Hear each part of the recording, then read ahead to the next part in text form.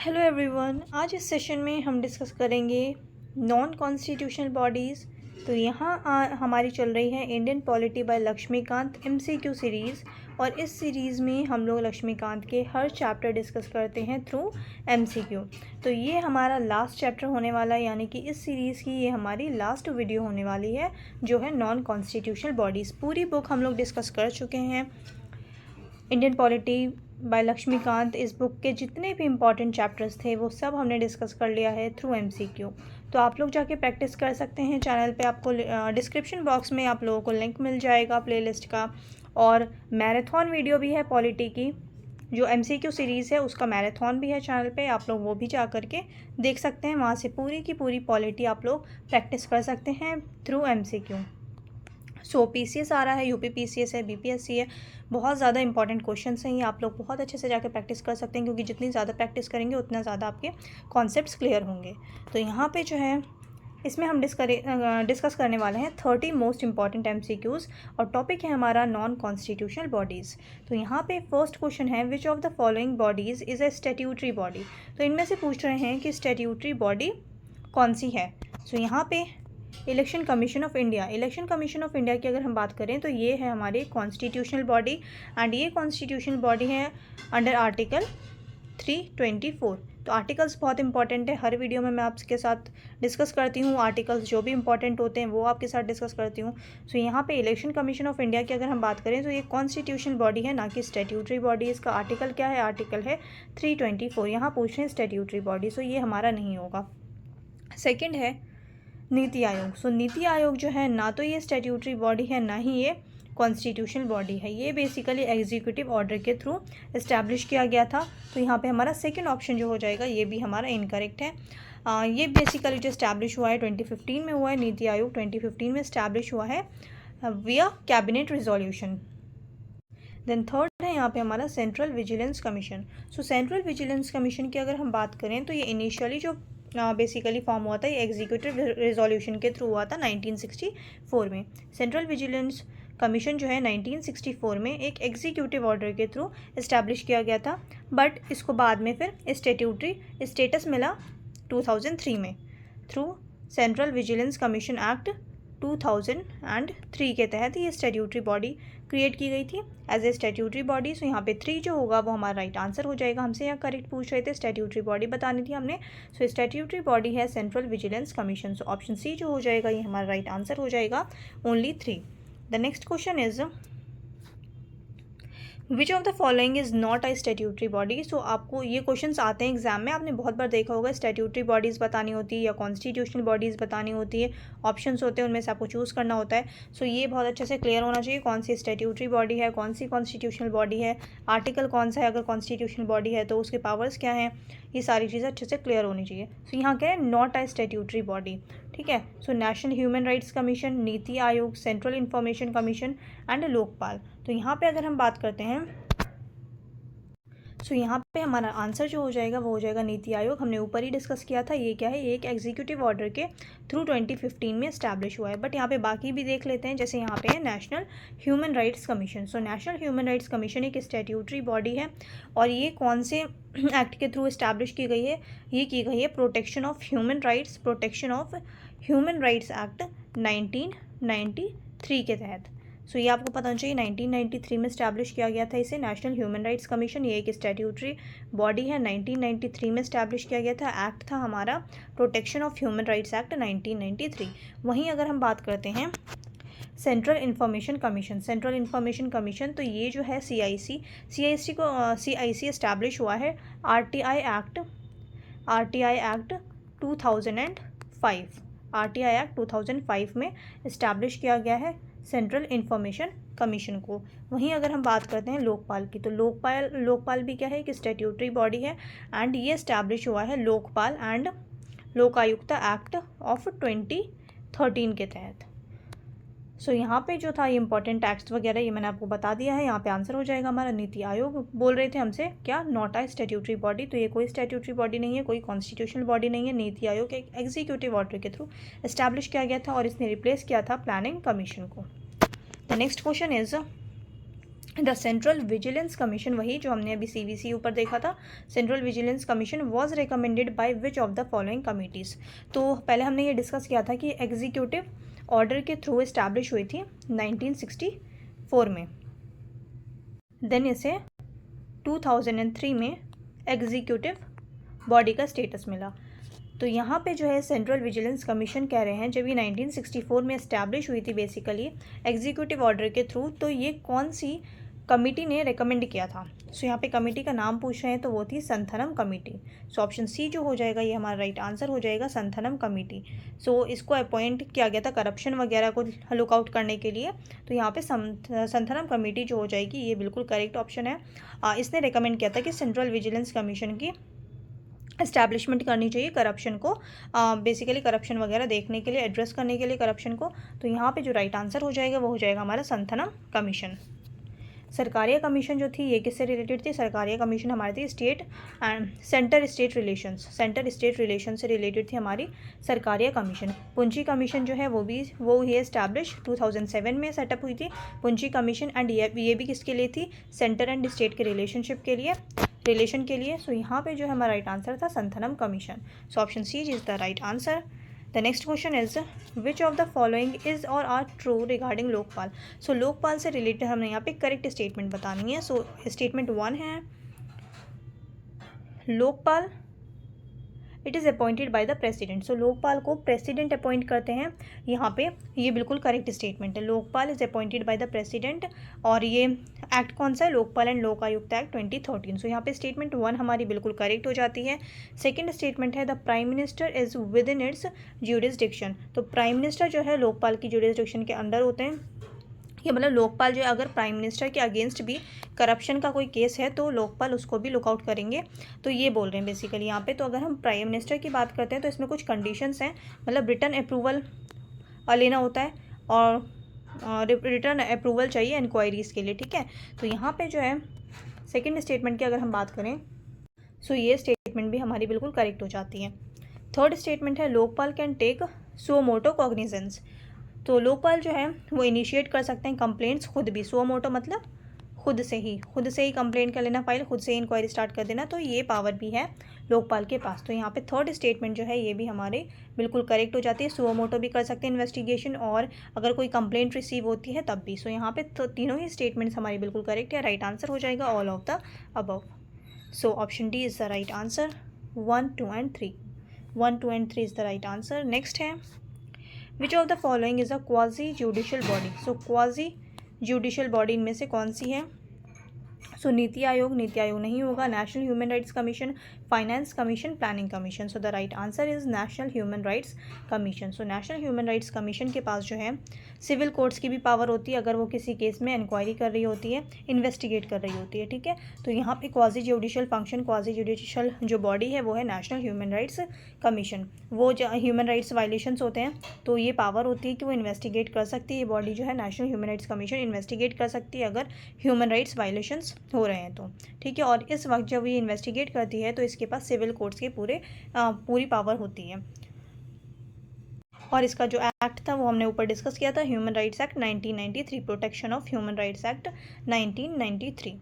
The next question is national human rights commission submits its annual report to. So national human rights commission जो है ये annual report submit करती है किसको, president को। So the right answer is president of India, president of India. The next question is in which year was the central information commission established. So CIC अभी मैंने ऊपर बताया था आपको 2005 में इस्टेब्लिश हुई थी। So the right answer is option C 2005। And कौन सा एक्ट था, RTI act, RTI act of 2005। So the right answer is option C. The next question is the chairperson of NHRC should be. So जो national human rights commission के chairperson है उनसे related यहाँ पे हमने बताना है कि उन्हें क्या होना चाहिए, should be. So the right answer is NHRC chairperson must be a former chief justice of India. So former chief justice of India, the right answer is a retired chief justice of India. Retired, former मतलब जो पहले रह चुके हैं, ठीक है। सो retired chief justice of India जो है वही चेयरपर्सन बन सकते हैं नेशनल ह्यूमन राइट्स कमीशन के। The next question is Lokpal consists of how many members at maximum including the chairperson. So यहाँ पे मैक्सिमम मेंबर्स पूछ रहे हैं किसके, लोकपाल के, कि लोकपाल में चेयरपर्सन को मिला करके इंक्लूडिंग चेयरपर्सन टोटल कितने मेंबर्स हो सकते हैं, मैक्सिमम स्ट्रेंथ जो है वो कितनी हो सकती है लोकपाल की। So the right answer is option C 9 members, chairperson plus 8 members. अब इन 8 मेंबर्स में से 50% यानी कि 4 मेंबर्स जो है 4 ऐसे होते हैं, तो 50% जो है वो SC कम्युनिटी से, ST कम्युनिटी से, या फिर OBC कम्युनिटी से, या फिर माइनॉरिटी, या फिर विमेन कम्युनिटी से होना चाहिए। यानी कि 50% जो है 50% जो है वो कोटा है किसके लिए, SC ST विमेन माइनॉरिटी। तो ये जो है 50% यानी कि जो 4 मेंबर्स होंगे वो इस कम्युनिटी से होंगे। सो ये आपको बिल्कुल क्लियर रखना है कितने मेंबर्स होते हैं। हर जो इंपॉर्टेंट बॉडी है वो आपको पता होना चाहिए कि उसमें मेंबर्स कितने हैं, स्ट्रेंथ कितनी होती है, एंड उनकी क्वालिफिकेशंस क्या है। Next, which of the following bodies is not a quasi judicial body. मतलब जो क्वाजी जुडिशियल बॉडी नहीं है वो बताना है हमने यहाँ पे, मतलब जो कोई इन्वेस्टिगेशन वगैरह नहीं कर सकती खुद से, वो बॉडी हमने यहाँ पे बतानी है। सो अगर हम बात करते हैं national commission for women, national human rights commission हमने ऊपर देखा था, ये इन्वेस्टिगेट कर सकती है। वहीं सेंट्रल इन्फॉर्मेशन कमीशन CIC, ये इसके पास भी सिविल कोर्ट्स की पावर्स होती है, ये भी इन्वेस्टिगेट करती है। सेंट्रल विजिलेंस कमीशन, ये तो हमने ऊपर पढ़ा था, करप्शन से रिलेटेड जो केसेस होते हैं ये वो देखती हैं। तो यहाँ पे ऑप्शन ए जो हो जाएगा ये राइट आंसर हो जाएगा, नेशनल कमीशन फॉर वुमेन। तो ये एक क्वाजी जुडिशियल बॉडी नहीं है, ये कोई भी इन्वेस्टिगेशन नहीं कर सकती अगर वीमेन के अगेंस्ट कोई क्राइम हो रहा है। तो ये बॉडी जो है इसके पास कोई भी ऐसी पावर नहीं है कि ये इन्वेस्टिगेट करे, ठीक है। सो ये एक नॉन क्वाजी जुडिशियल बॉडी है। सो ऑप्शन ए जो हो जाएगा यहाँ पे राइट आंसर हो जाएगा। अब नेक्स्ट क्वेश्चन है, नीति आयोग वॉज फॉर्म्ड बाय। सो नीति आयोग बार बार मैं आपको बता चुकी हूँ 2015 में इस्टेब्लिश हुआ है, एग्जीक्यूटिव ऑर्डर के थ्रू इस्टेब्लिश हुआ है, 1 जनवरी को इस्टेब्लिश हुआ है, एंड इसने रिप्लेस किया था किसे, प्लानिंग कमीशन को। So the right answer is a cabinet resolution. मैंने ऊपर ही बताया था ये कैबिनेट रिजोल्यूशन के थ्रू जो है क्रिएट की गई है इस बॉडी को। So the right answer is option C, cabinet resolution. The next question is which body replaced the planning commission. बार बार बता दिया है, NITI Aayog. The next question is which of the following are features of NITI Aayog. NITI Aayog के features हमने यहाँ बताने हैं। सो क्या क्या फीचर्स हैं, तो बेसिकली नीति आयोग की अगर हम बात करते हैं तो नीति आयोग प्रमोट करता है कोऑपरेटिव फेडरलिज्म को, बॉटम अप प्लानिंग को, एंड डिसेंट्रलाइज्ड डेवलपमेंट को। बॉटम अप प्लानिंग मतलब बिल्कुल ग्रास रूट लेवल पे जो है वो डेवलपमेंट होनी चाहिए, वहाँ पे प्लान होनी चाहिए, जैसे कि पंचायत एंड म्यूनसिपैलिटीज़, ठीक है। तो यहाँ पे जो ये बॉटम अप प्लानिंग है ये मतलब नीचे से ऊपर की तरफ जाना, ठीक है, bottom up grass root level पे जो डेवलपमेंट करनी है पहले।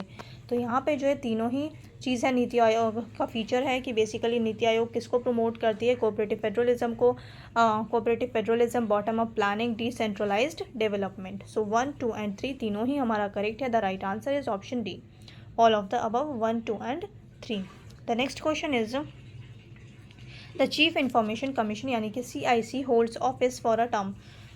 तो बेसिकली जो चीफ इंफॉर्मेशन कमिश्नर होते हैं ये इनका टेन्योर क्या होता है, वर्किंग टेन्योर या फिर एज कितनी होती है।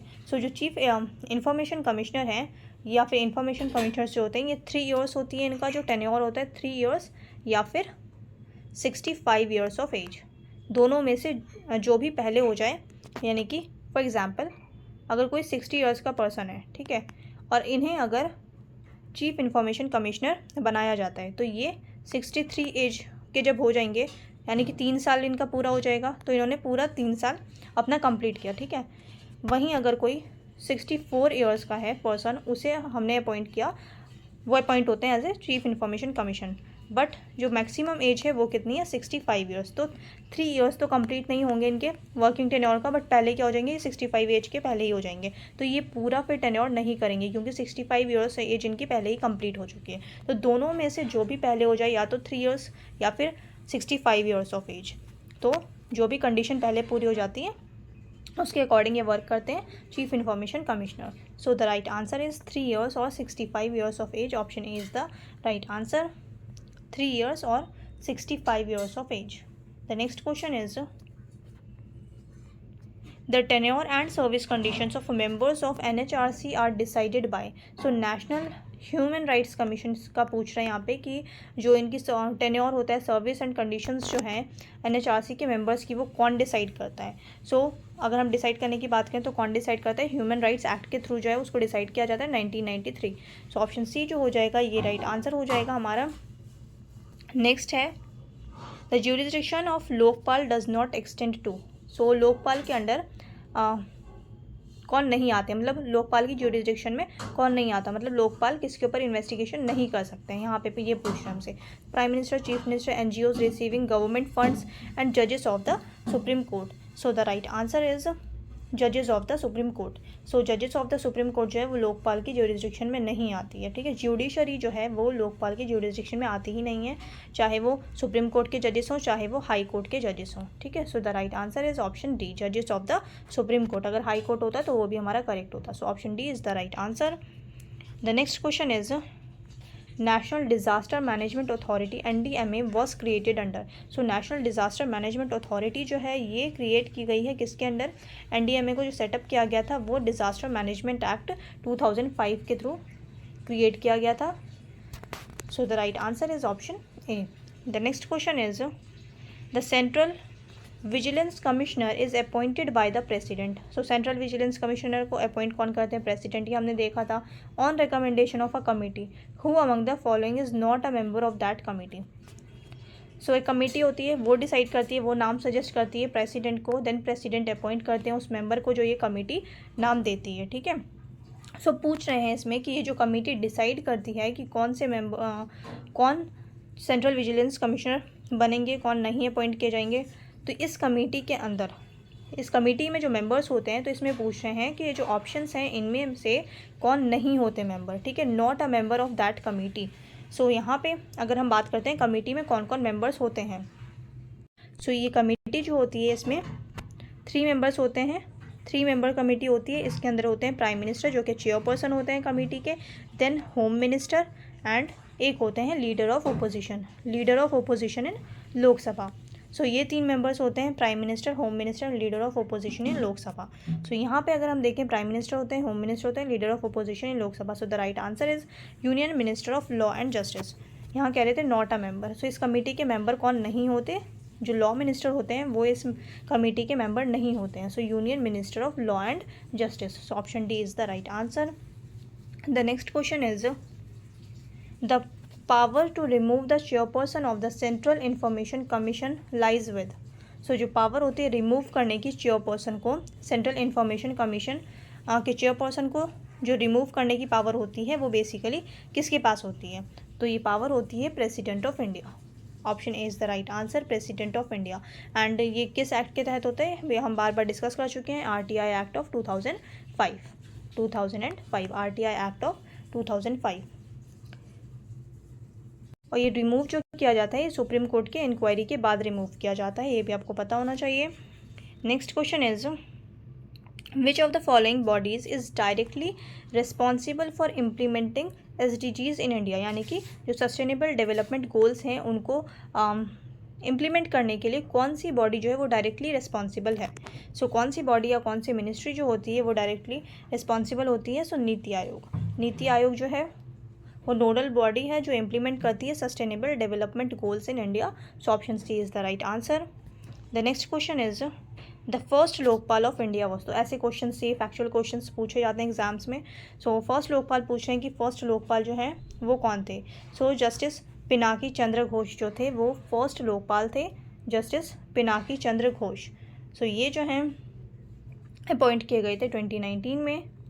नाम क्या है इनका, जस्टिस पिनाकी चंद्र घोष। सो ऑप्शन बी जो हो जाएगा ये राइट आंसर हो जाएगा। ये थे हमारे फर्स्ट लोकपाल थे जस्टिस पिनाकी चंद्र घोष, अपॉइंट किए गए थे 2019 में।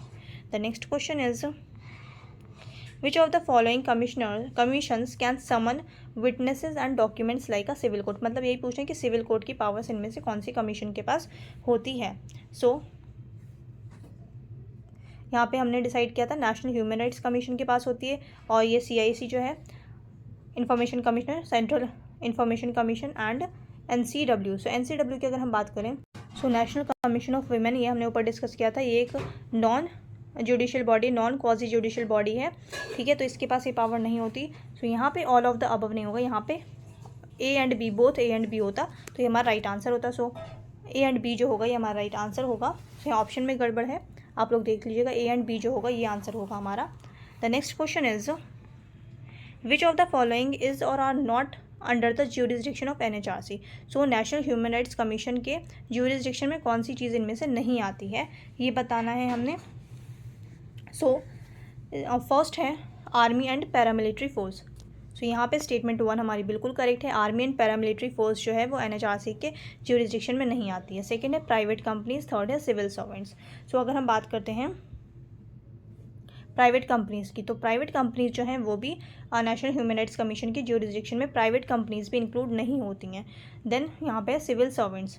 सो ऑप्शन 3 जो हो जाएगा ये हमारा करेक्ट हो जाएगा, बिकॉज NHRC की ज्यूरिसडिक्शन में सिविल सर्वेंट्स जो है वो इंक्लूड होते हैं। सो राइट आंसर जो होगा वो हमारा हो जाएगा। अच्छा, यहाँ पे हमसे नॉट पूछ रहे हैं, तो नॉट पूछ रहे हैं यानी कि 1 and 2 is the right answer. So option B जो हो जाएगा ये राइट आंसर हो जाएगा, 1 and 2 only, 1 and 2 only is the right answer.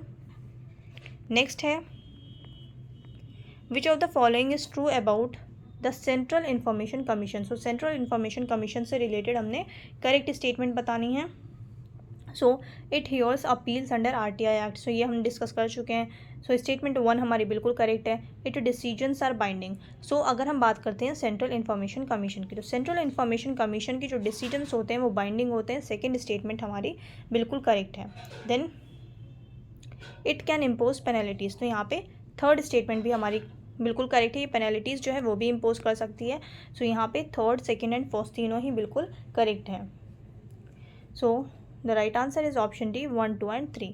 1, 2 and 3 is the right answer.